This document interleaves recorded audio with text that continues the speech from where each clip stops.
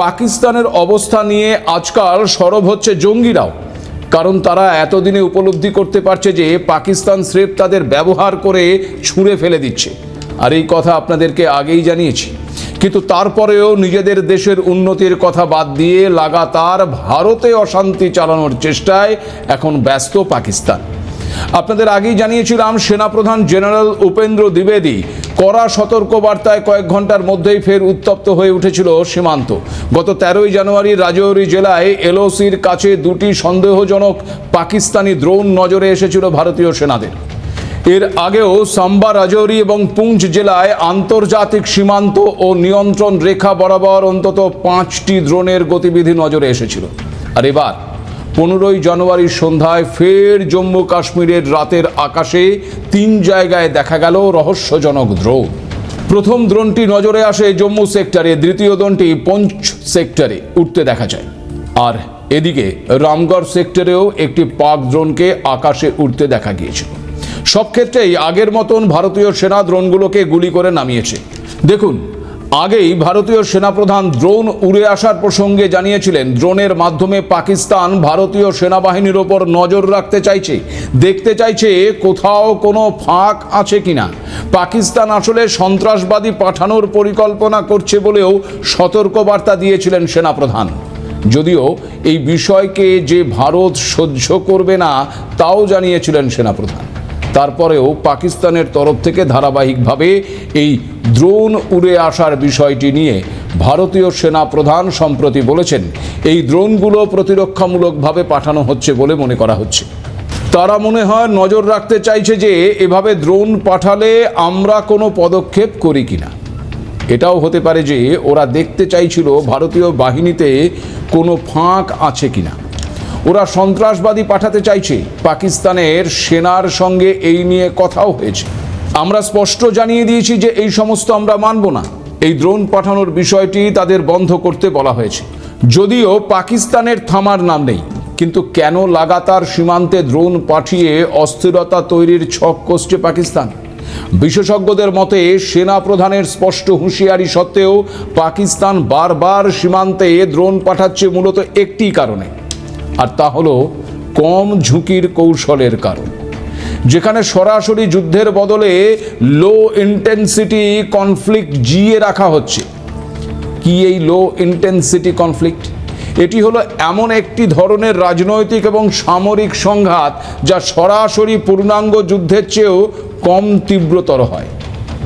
এখানে সীমিত রাজনৈতিক ও সামরিক সম্পদ ব্যবহার করে রাজনৈতিক, সামাজিক, অর্থনৈতিক বা মনস্তাত্ত্বিক উদ্দেশ্য হাসিলের চেষ্টা করা হয়। যেমন এই লাগাতার ড্রোন ইস্যুর নেপথ্যে পাকিস্তানের হাত থাকলেও তাদের হাতে রাষ্ট্রীয় দায় অস্বীকার করার সুযোগ থাকছে। ধরা পড়লেও বলে দেবে এগুলো নন স্টেট অ্যাক্টরের কাজ, ফলে আন্তর্জাতিক চাপও তুলনামূলকভাবে কম থাকবে। এসব ছাড়াও এই ড্রোন অনুপ্রবেশের আরেকটি বড় উদ্দেশ্য হলো ভারতের প্রতিরক্ষা ব্যবস্থার প্রতিক্রিয়া মাপা, যেমনটা সেনাপ্রধান আগেই জানিয়েছিলেন। ড্রোন অনুপ্রবেশের মাধ্যমে কোথায় রাডার দুর্বল, কোথায় জ্যামিং কার্যকর, কোথায় কোন সেক্টরে দ্রুত ব্যবস্থা নেওয়া হচ্ছে, এই সমস্ত তথ্য জানার চেষ্টা করছে শত্রুপক্ষ, যাতে এই তথ্যগুলো ভবিষ্যতে কৌশলের জন্য গুরুত্বপূর্ণ গোয়েন্দা ইনপুট হিসেবে কাজে লাগানো যায়। একই সঙ্গে ড্রোনের মাধ্যমে অস্ত্র, মাদক, নগদ অর্থ এবং যোগাযোগের সরঞ্জাম পাঠিয়ে সীমান্ত পারের জঙ্গি নেটওয়ার্ককে সচল রাখার চেষ্টা চলছে। যেমন গত 9ই জানুয়ারি পাকিস্তানের একটি ড্রোনে করে 2টি পিস্তল, 3টি কার্তুজ, 16টি বুলেট, একটি গ্রেনেড ভারতীয় ভূখণ্ডে ফেলা হয়েছিল। একই সঙ্গে এই গোটা বিষয়টির সঙ্গে জড়িয়ে রয়েছে পাকিস্তানের অভ্যন্তরীণ সংকট। কিসের সংকট জানেন কি? পাকিস্তানের অর্থনৈতিক ভাঙন, রাজনৈতিক অস্থিরতা এবং সেনাবাহিনীর ভাবমূর্তি সংকট, যার থেকে নজর ঘোরাতে ভারত বিরোধী উত্তেজনা কার্যকর করার চেষ্টা চলছে। কারণ পাকিস্তান খুব ভালো করেই জানে যে বড় জঙ্গি হামলা হলে FAT-এর মতন আন্তর্জাতিক মঞ্চে ঝুঁকি বাড়বে, কিন্তু ড্রোন অনুপ্রবেশ এখনো অনেকের চোখে গ্রে জোন কার্যকলাপ। আর এই ফাঁকটিকেই ইসলামাবাদ বারবার কাজে লাগাচ্ছে। কারণ এমনিতেই পাকিস্তানের পুরনো এক আতঙ্কের সঙ্গে সরাসরি যুক্ত FATF-এর ধূসর তালিকা।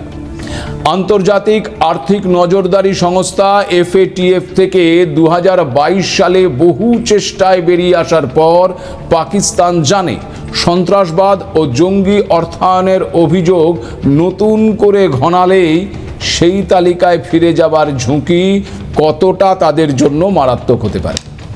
তাও আবার বিশেষ করে এমন এক সময়ে যখন দেশের অর্থনীতি কার্যত ঋণ নির্ভর লাইফ সাপোর্টে চলছে। আর জানা যাচ্ছে এই ভয়ে 2025 এপ্রিলে যখন পেহেলগাঁওয়ে হামলা হয় তার ঠিক দিন দুয়েকের মধ্যে পাকিস্তান সরকার আমেরিকার লবিং সংস্থা জেভলিন অ্যাডভাইজার LLC এর সঙ্গে চুক্তিবদ্ধ হয়েছে। মার্কিন যুক্তরাষ্ট্রের ফরেন এজেন্টস রেজিস্ট্রেশন অ্যাক্টের অধীনে প্রকাশিত নথি অনুযায়ী জ্যাভলিন অ্যাডভাইজার LLC-কে পাকিস্তানের স্বার্থ রক্ষায় মার্কিন প্রশাসন, কংগ্রেস সদস্য, থিঙ্ক ট্যাঙ্ক এবং নীতি নির্ধারকদের সঙ্গে যোগাযোগের দায়িত্ব দেওয়া হয়েছে, যাকে কূটনৈতিক ভাষায় বলা হয় ইমেজ ম্যানেজমেন্ট।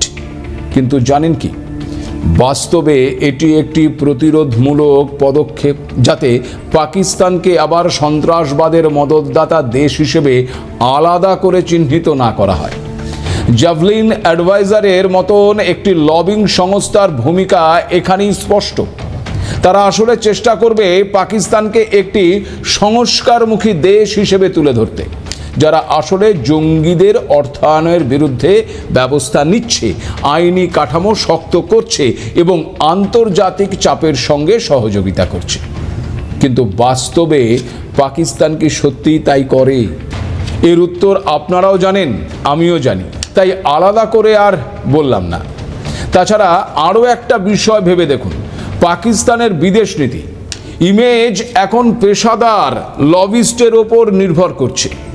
দেশের কূটনীতিবিদ নন, এখন কোটি কোটি ডলার খরচ করে মার্কিন কর্পোরেট লবিং ফার্ম ভাড়া করতে হচ্ছে পাকিস্তানকে।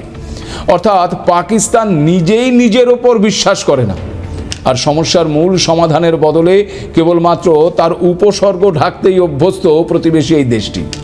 যখন পাকিস্তান মার্কিন আধিপত্যবাদে নিজেকেই বিলিয়ে দিতে ব্যস্ত, ঠিক সেই আবহেই পাকিস্তান বাংলাদেশের জন্য দরজা বন্ধ করল আমেরিকা।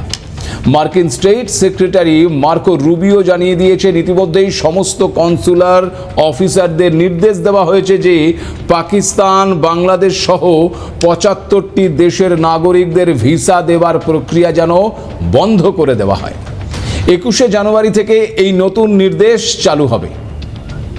তবে যারা non immigrant visa, tourist visa বা বিজনেস ভিসায় আমেরিকা যেতে চাইবেন তাদের কোনো সমস্যা হবে না। ট্রাম্পের মতে আমেরিকানদের পকেট থেকে টাকা নিয়ে সে দেশে বসবাস করছে অন্য দেশের নাগরিকরা। এই প্রক্রিয়া আটকাতেই ভিসা বন্ধের সিদ্ধান্ত, যদিও ভারতের অবশ্য নাম নেই ওই বাতিলের তালিকায়। ফারাকটা তাহলে বুঝতেই পারছেন। তারপরেও কি লজ্জা আছে ওই পাকিস্তানের? পাক ভূমে বসেই জঙ্গিরা কষতে চলেছে হামলার নয়া সমীকরণ, নাশকতার নতুন ছক। তাহলে কি শীঘ্রই এমন ভয়াবহ কিছু ঘটতে চলেছে? দেখুন, পাকিস্তান নামের কুখ্যাত দেশটি যতই অতলে তলিয়ে যাক, ভারতকে উত্তক্ত করতে তারা পিছপা হয় না কোনো অবস্থাতেই। যেমন বারবার ড্রোন পাঠিয়ে ভারতকে অশান্ত করার চেষ্টা চালাচ্ছে, জঙ্গিদের ইন্ধন যোগাচ্ছে, আবার আন্তর্জাতিক মঞ্চে নিজেদের ভালো প্রমাণ করতে উঠে পড়ে লেগেছে। একদিকে আমেরিকার সঙ্গে সন্ত্রাস বিরোধী মহড়াও চালাচ্ছে, আবার অন্যদিকে সন্ত্রাস লালন পালনও করছে। এই আবহে ক্রমশ প্রকাশ্যে আসছে ইসলামিক ন্যাটো গঠনের নয়া ছক। কারণ এক চাঞ্চল্যকর দাবি করছে লস্করে তৈবার কমান্ডার জঙ্গি হাফিজ আব্দুর রউফ। তার দাবি, সুদিন ফিরছে নাকি পাকিস্তানের। ইসলামাবাদের পক্ষে হতে চলেছে নাকি বিশ্ব মেরুকরণ। ওই রউফ দাবি করছে যে এতদিন পর্যন্ত তারা একা ছিল এবং গোটা বিশ্ব ভারতের সঙ্গে ছিল, কিন্তু এখন পরিস্থিতি নাকি বদলে গেছে। তুরস্ক পাকিস্তানের সঙ্গে আছে, বাংলাদেশের সেনাপ্রধানও ইসলামাবাদের পক্ষে, এখন পুরো বিশ্ব পাকিস্তানের দিকে ঝুঁকছে। একই সঙ্গে তাকে আবার বলতে শোনা গেছে মুজাহিদিনদের একটি নতুন যুগ শুরু হয়েছে, যেখানে পাকিস্তান জয়ী হচ্ছে। এই সন্ত্রাসবাদী আরও দাবি করেছে যে ভারত নাকি উচিত শিক্ষা পেয়েছে এবং আগামী 50 বছরে নাকি পাকিস্তানের ওপর হামলা করার সাহস করবে না। বিশ্লেষকদের মতে ঝিমিয়ে পড়া লস্কর সংগঠন এবং জিহাদিদের মগজ ধোলাইয়ের উদ্দেশ্যেই এমন বার্তা দিচ্ছে ওই জঙ্গি নেতা। জানেন কি কে এই আব্দুর রউফ? রউফ লস্করে তৈবার অন্যতম শীর্ষ কমান্ডার এবং নিষিদ্ধ ফালাই ইনসানিয়াত ফাউন্ডেশনের প্রতিষ্ঠাতা প্রধান ছিলেন।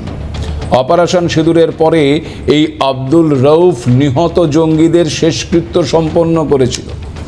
এসব শেষকৃত্যের ছবি সামনেও এসেছিল, যার জেরে পাকিস্তানের জঙ্গিদের প্রীতির বিষয়টি একেবারে সামনে চলে এসেছিল। পাকিস্তান অধিকৃত কাশ্মীরে পাকিস্তান সেনার সহায়তাপ্রাপ্ত লঞ্চপ্যাড থেকে জঙ্গিদের প্রশিক্ষণ দিয়ে ভারতে ঢোকানোর দায়িত্বে বহুদিন ধরেই রয়েছে এই রউফ। আর ফের একবার এই জঙ্গি নেতা নিজের মুখেই পাকিস্তানের জঙ্গি প্রীতি ফাঁস করে দিয়েছে। সম্প্রতি একটি ভিডিওতে 2025 সালে অপারেশন সিঁদুর প্রসঙ্গে তাকে বলতে শোনা গেছে, এখন আর ওখানে আর কোনো মসজিদ নেই, আমরা সেখানে বসতেও পারি না, সব শেষ হয়ে গেছে, ভেঙে পড়েছে। মার্কিন নিষিদ্ধ ঘোষিত গ্লোবাল টেররিস্ট এটাও বলছে যে ভারতের লক্ষ্যবস্তু একদম সঠিক ছিল। পেহেলগাঁও হামলার তদন্তে উঠে এসেছিল যে জঙ্গিদের হাতে ছিল চীনের তৈরি অস্ত্র। এবার স্বয়ং রউফও স্বীকার করেছে যে লস্কর ও পাকিস্তান ওই সংঘর্ষে চীনা অস্ত্র এবং ইকুইপমেন্ট ব্যবহার করেছে। স্বীকারোক্তির এখানেই শেষ নয়। তার ভাষায় পাকিস্তান জিহাদিদের জন্য খোলাখুলি স্বাধীনতা দিয়েছে। পৃথিবীর কোথাও জঙ্গি নিয়োগ ও প্রশিক্ষণ এত সহজ নয়। তাহলে বুঝতেই পারছেন সবটা কেমন জলের মতন পরিষ্কার হয়ে যাচ্ছে। তাছাড়াও এখানে আরও একটি বিষয় অত্যন্ত গুরুত্বপূর্ণ। চলতি বছরের 15ই জানুয়ারি মুরিদকের সেই মার্কাজি তাইবা কমপ্লেক্সেই নতুন জঙ্গিদের পাসিং আউট অনুষ্ঠান হয়েছিল। আর সেই অনুষ্ঠানে হাজির ছিলেন রউফ, হাফিজ সঈদের ছেলে হাফিজ তালহা শহীদ এবং লস্করের ডেপুটি চিফ সাইফুল্লাহ কাসুরি সহ লস্করের শীর্ষ নেতৃত্বরা। অর্থাৎ অপারেশন সিঁদুরের পরেও পাকিস্তানের মদতেই জঙ্গি পরিকাঠামো হয় পুনর্গঠিত হচ্ছে বা অন্যত্র যে সরিয়ে নিয়ে যাওয়া হচ্ছে, সেটাও কিন্তু ওই অনুষ্ঠান থেকে ফের একবার প্রমাণিত হয়ে গেল। পাকিস্তানকে যে মোটেও বিশ্বাস করা যায় না, এই ঘটনাবলী তার প্রমাণ। পাকিস্তানকে ভরসা করে না তাই তার প্রতিবেশী দেশ আফগানিস্তান। গত নভেম্বরে এই পাকিস্তান থেকে আসা ওষুধের ওপর কড়া নিষেধাজ্ঞা জারি করেছিল আফগানিস্তান। প্রতিবেশী দেশটি থেকে আমদানি করা ওষুধকে নিম্নমানের বলেছিল তালেবান সরকার। আর বর্তমানে ভারতের ওষুধের দিকেই ঝুঁকছে আফগানিস্তান। এক আফগান ব্লগার প্রমাণ দিয়ে দেখিয়েছেন ভারতীয় ওষুধই বেছে নিচ্ছেন আফগানিস্তানের সাধারণ মানুষ। পাকিস্তানি ওষুধ সরিয়ে কম দামের বেশি কার্যকরী ভারতীয় ওষুধই এখন ওই আফগানদের পছন্দ। কিন্তু হঠাৎ কি এমন হলো যে পাকিস্তানি ওষুধ থেকে মুখ ফিরিয়ে নিল আফগানিস্তান? দেখুন, ভৌগোলিকভাবে স্থলবেষ্টিত দেশ হওয়ায় এমনিতেই আফগানিস্তান দীর্ঘদিন ধরেই পাকিস্তানের উপর নির্ভরশীল ছিল।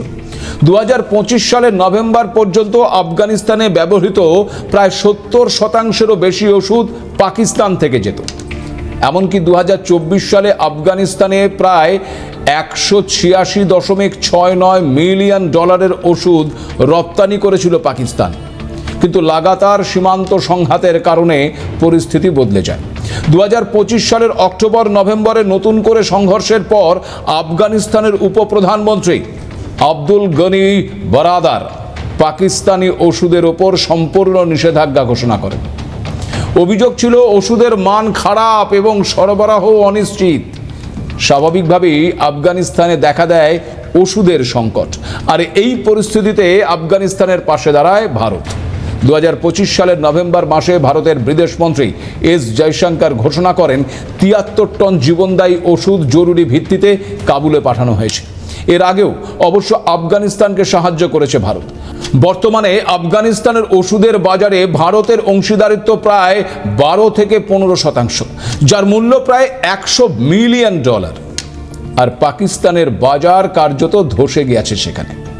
আর ভারত 2025 সালের নভেম্বরে ভারতীয় সংস্থা জাইডাস লাইফ সায়েন্সেস আফগানিস্তানের রফিস ইন্টারন্যাশনাল গ্রুপের সঙ্গে $100 মিলিয়ন একটি সমঝোতা চুক্তি স্বাক্ষর করেছে।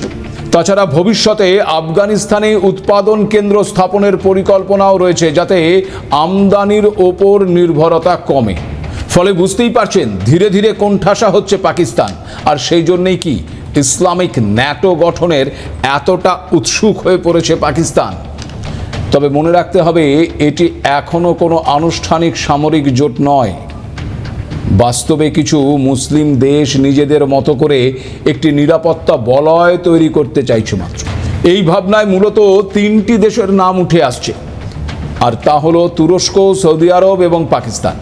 তুরস্কের হাতে রয়েছে আধুনিক যুদ্ধ প্রযুক্তি এবং ন্যাটোর অভিজ্ঞতা। সৌদি আরবের রয়েছে বিপুল অর্থনৈতিক শক্তি, আর পাকিস্তান সামনে আনতে চাইছে তার বড় সেনাবাহিনী এবং পারমাণবিক ক্ষমতাকে। পাকিস্তান এই সুযোগকে কাজে লাগিয়ে নিজেকে শুধু দক্ষিণ এশিয়ার দেশ নয়, বরং মুসলিম বিশ্বের নিরাপত্তা অংশীদার হিসেবে তুলে ধরতে চাইছে। তবে বাস্তবে বিষয়টি এত সহজ নয়, কারণ আরব দুনিয়ায় সব দেশের স্বার্থ এক নয়। অনেক দেশের মধ্যেই নিজেদের দ্বন্দ্ব রয়েছে। ফলে পাকিস্তান যেখানে একজনের বন্ধু হতে চাইছে, সেখানে সে আবার অন্যের শত্রুও হতে পারে। তাছাড়া তুরস্ক ন্যাটোর সদস্য হয়েও কতটা স্বাধীনভাবে এই জোটে কাজ করবে তা নিয়েও প্রশ্ন থাকছে। তাই ইসলামিক ন্যাটো আপাতত একটি ধারণা মাত্র, বাস্তবে যার ভবিষ্যৎ প্রায় অনিশ্চিত। এখন প্রশ্ন, পাকিস্তানকে শিক্ষা দিতে ভারত কোন পথে এগোচ্ছে। দেখুন, এখনো পর্যন্ত সরাসরি যুদ্ধের পথে না গিয়ে ভারত বেছে নিচ্ছে কৌশলগত চাপের রাস্তা। একদিকে সীমান্তে ড্রোন প্রতিরোধ, আধুনিক নজরদারি ব্যবস্থা এবং দ্রুত পাল্টা জবাবের সক্ষমতা বাড়ানো হচ্ছে। অন্যদিকে আবার আন্তর্জাতিক মঞ্চে পাকিস্তানকে কোণঠাসা করার চেষ্টা চলছে। আর সেনাপ্রধান তো বলেই দিয়েছেন যে অপারেশন সিঁদুর এখনো শেষ হয়নি। ফলে ধৈর্য এবং কৌশল আর আন্তর্জাতিক সমর্থনের ওপর ভর করেই পাকিস্তানের চাপ তৈরির খেলাকে নিষ্ক্রিয় করতে চাইছে ভারত। সব মিলিয়ে ভারতকে উত্ত্যক্ত করলে তার ফল যে খুব একটা ভালো হবে না তা বলাই যায়। আর এটা যত তাড়াতাড়ি পাকিস্তান বুঝবে, ততই তাদের মঙ্গল। আর না বুঝলে বাকিটা কাজে দেখাবে ভারত। আজ এ পর্যন্তই। নমস্কার।